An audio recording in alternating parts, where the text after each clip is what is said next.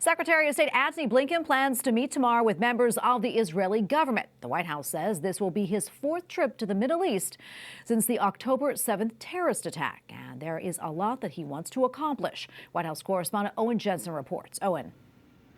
Good evening to you, Tracy. Tonight, Secretary Blinken says the U.S. and Israel are both intensely focused on bringing hostages home. And he wants people to know they're working on that every single day. In addition, he wants to build a path to a lasting peace in the Middle East.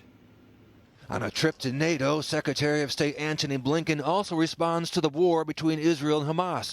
The U.S. supports a longer ceasefire. We'd like to see the pause extended because what it has enabled, first and foremost, is hostages being released, coming home, being reunited with their families.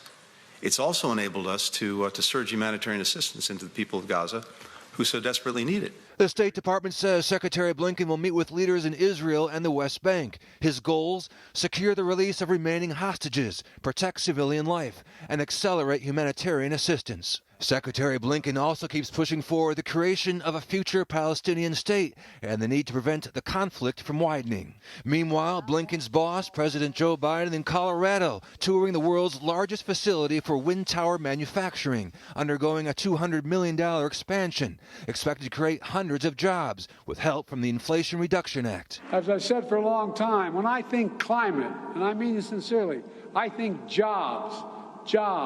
That's what climate's about. Not only saving lives and saving the environment, but jobs. While in Pueblo, the president, running for re-election, accusing Republicans of threatening his green agenda.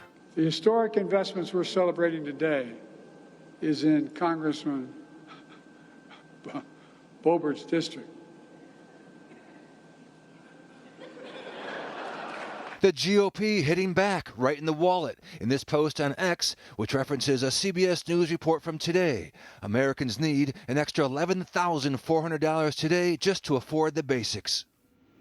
And also on X today, Congresswoman Lauren Boebert, she ripped Bidenomics, saying working-class families deserve better. Also tonight, President Biden announcing that he's sending Vice President Kamala Harris to the COP28 climate change conference in Dubai. She was not originally scheduled to attend that. President Biden made the decision after he was criticized for skipping that summit.